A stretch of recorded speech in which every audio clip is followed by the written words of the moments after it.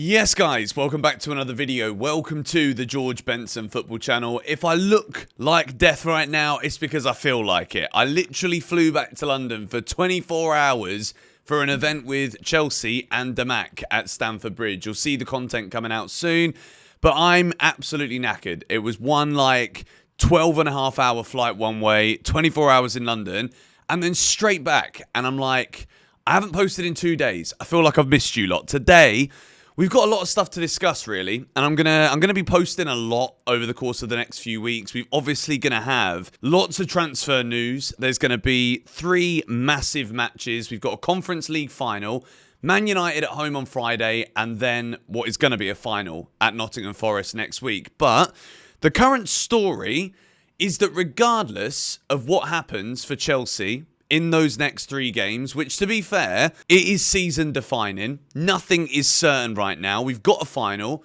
We can win a trophy. But apparently, regardless of what happens here in the next 3 games, Enzo Maresca is safe. He will be the Chelsea manager next season. And I also want to take a look at this statement today regarding there is an acceptance within the club that Chelsea's squad lack natural leaders. And I think realistically, regardless of what you think of Maresca's football, I think it is only fair, if Maresca is going to stay, that we actually attribute it to this. The fact that Chelsea do have big holes in the squad when it comes to what makes a functioning football team. This season, there have been so many moments where I've watched our football and thought, this is really good. I've seen certain games where Chelsea would go and play a first half that was just so boring. We'd be struggling, and then in the second half, we'd flip it round on its head. That shows to me that the players are responding to Enzo Maresca. Whatever you think about the football itself, there's always a big problem when you don't know how to actually take a game situation and change the state of that game. That means that the players don't know what they're being asked to do. That means the manager doesn't have ideas.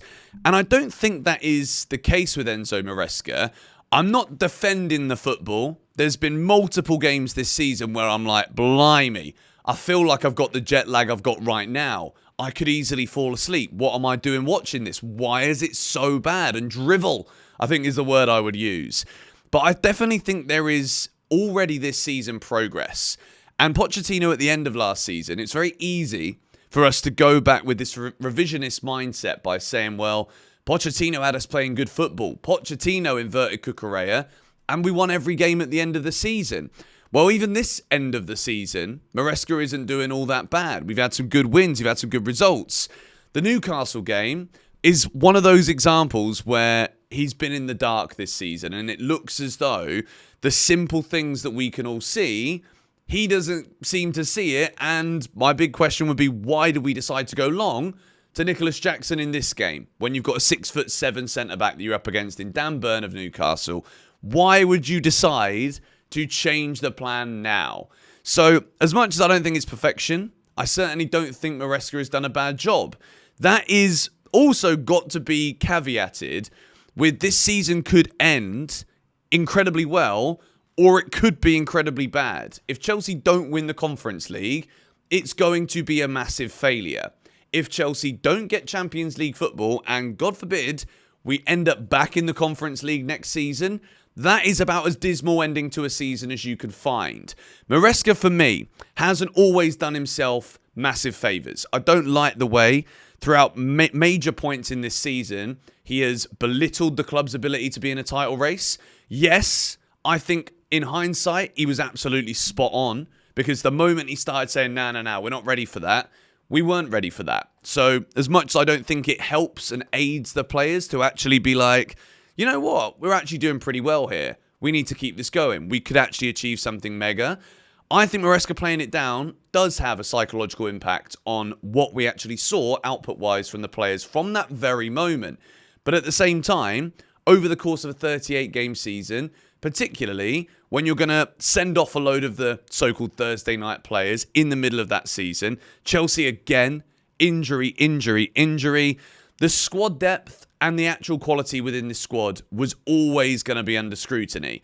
I think it's as clear as day. You could say the same about Arsenal. The problem was staring Arsenal in the face last summer. They needed a proper striker. They needed someone to put the ball in the net. Chelsea is exactly the same problem. We're going into the final 3 matches of the season without a recognised striker available because Nicholas Jackson isn't ready and mature enough to not get himself sent off against Newcastle. And it's been the narrative of the whole year.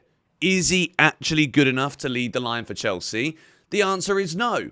And I think as much as I don't want to, I will actually do it in every video. We're going to prop Osimhen again. You see the goals he scored in the cup final for Galatasaray?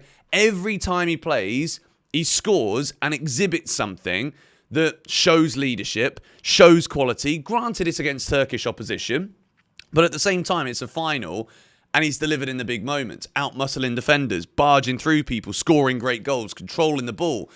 And I think it's as simple to me as we wouldn't be in this are we going to make it, do we win something situation at the end of the season if Maresca would have actually been given another striker. And it's not to say that Jackson wouldn't be a good number 2. I think in terms of like second strikers, I think Nicholas Jackson would be as good as any second striker in the league. Maybe if like Arsenal went and bought a Gyökeres, for example, and then they could use Mikel Merino as a striker, that's a great option.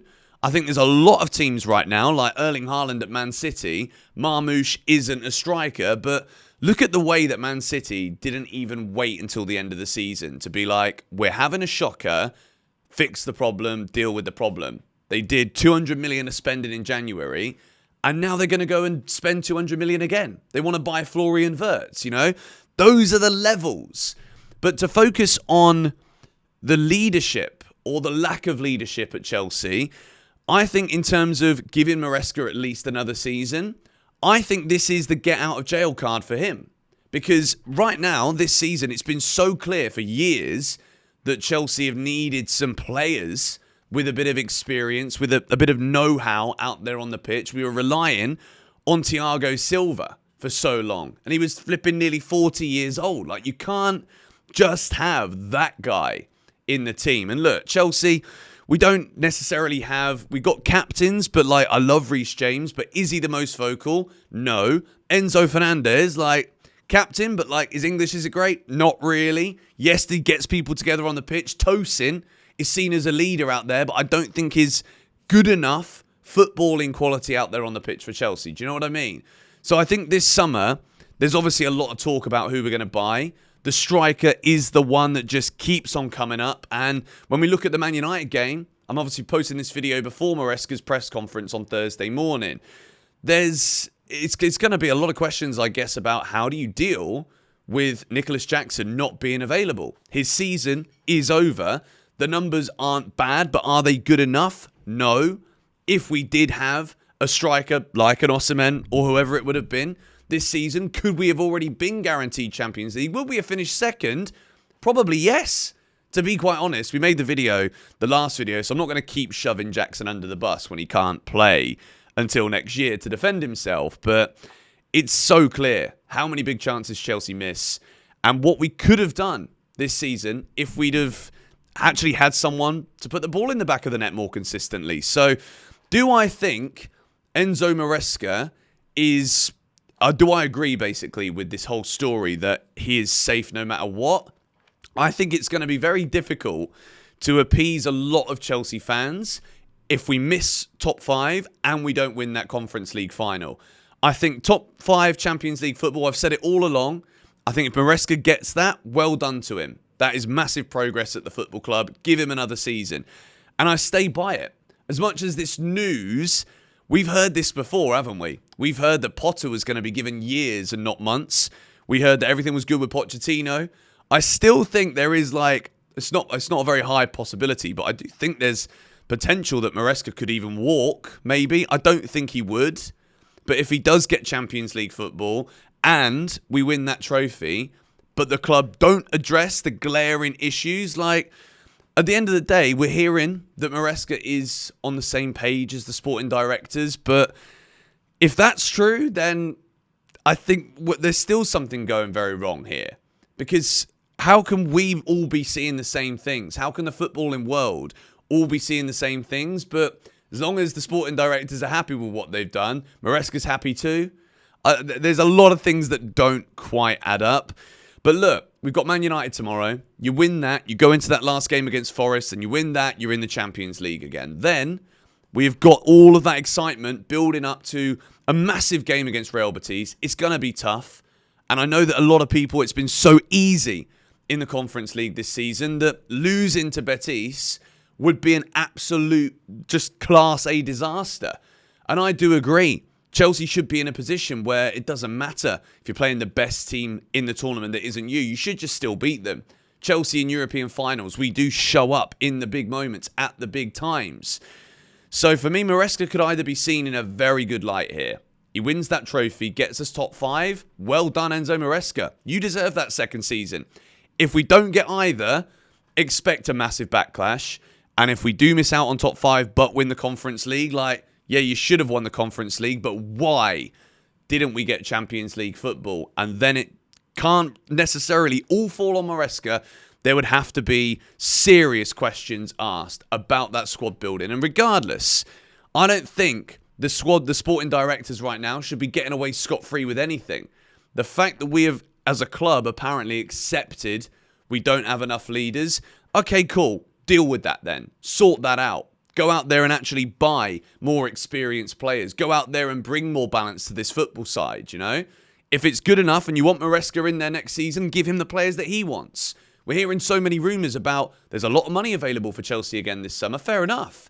Go and spend it the right way. Don't put us in a position again at the end of a season where we're looking at so many big moments in the season where we should be winning, didn't win, or we didn't find a way.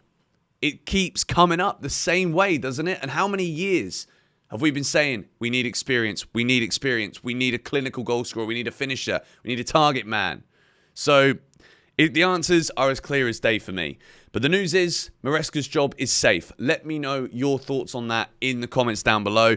I said I'm not going to make any proper judgments until the end of the season, until we know tangibly where we finished. Do we get that trophy? Because it's night and day for me. I'm either over the moon or I'm absolutely disgusted. And I don't think that is the wrong way. People are like, you can't be reactionary all the time. You can.